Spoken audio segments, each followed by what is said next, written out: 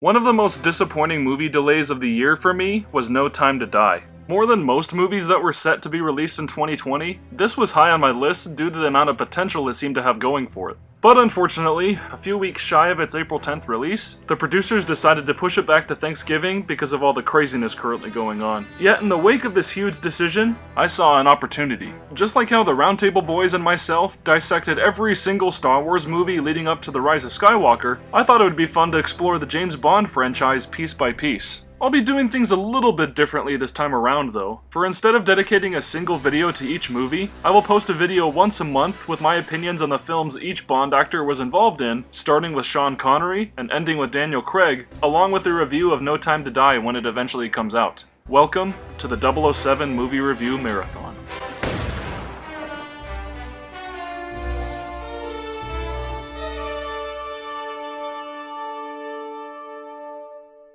Last month when I talked about Sean Connery's tenure as James Bond, I mentioned that the man grew tired of the character after a while. His career may have exploded from playing the character, but typecasting can either inhibit an actor's progress or open new doors for them. Sean Connery seemed to believe that being known as James Bond would be the definitive crutch to being respected as not just a movie star, but as a true thespian. I'll leave it to you to decide if he was being selfish and pretentious for thinking this way, but honestly, I can't really blame the guy. Doing the safe and easy thing on repeat doesn't mean that you will grow as a person. So Sean Connery eventually decided to move past James Bond just a meager 5 years after Dr. No was released. And even though he came back to play Bond in Diamonds Are Forever only when a massive cash sum was offered to him, I am sure the producers of this franchise were terrified by the loss of their poster child. But everything worked out in the end, for they hired an actor to replace him. Enter George Lazenby.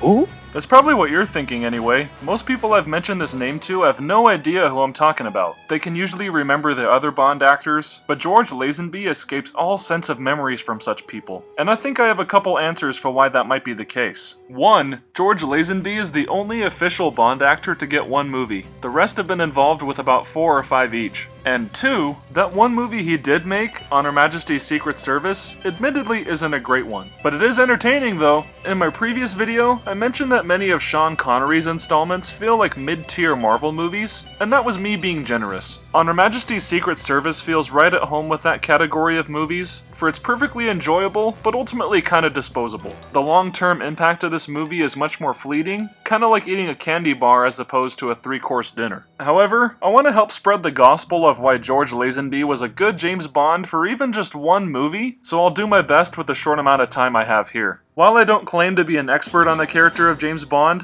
one thing I want to do with this series of videos is discover what each actor did to bring something unique to the table. I don't think George Lazenby has the same natural sex appeal as Sean Connery did, but at least he captured enough charm and playfulness when it was needed. From the standpoint of living up to the movie version of James Bond, Lazenby did well to adopt the personality traits you would expect to see. Something my wife and I agreed on, though, is that George Lazenby's Bond went through an experience that taught him about having a moral code. This is probably because the material gave Bond the opportunity to grow as a person, but Lazenby properly conveyed that his character had something important to learn, particularly about women. Despite the fact that Bond does succeed at seducing some of the angels, I appreciate that the conflict of the story encourages Bond to accomplish something more personal and down to earth than simply saving the world from Blofeld. And yes, he also has to save the world from Blofeld's scheme, but more importantly, he brings it upon himself to free the angels from their abusive, brainwashed captivity under Blofeld's control. Moreover, the storyline involving Tracy is one of the most endearing romantic relationships in the franchise. I say this because it isn't just based on James Bond banging some random chick that wears lingerie or a swimsuit for most of the runtime. Tracy actually feels like she has a mind and heart of her own, the likes of which legitimately earns James Bond's affection.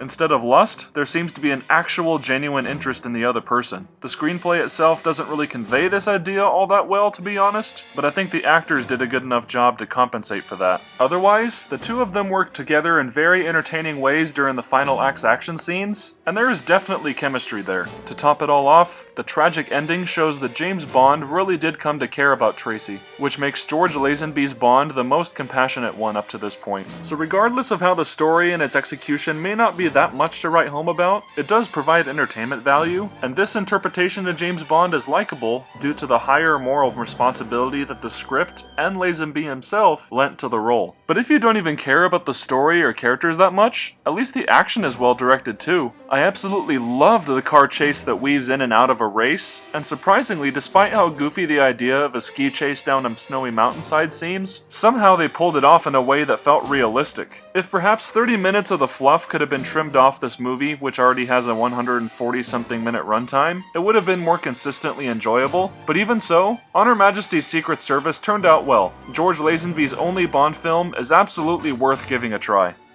Thanks again for tuning in for another episode of this ongoing series. Next month I will be covering the films with Roger Moore, and considering that he was in more films than all the other actors, that video will be much more extensive and detailed than this one. Please be patient as my wife and I go through his 7 films, and then as I make my video afterward. Once again, this is Kircher, Zach Kircher, signing out.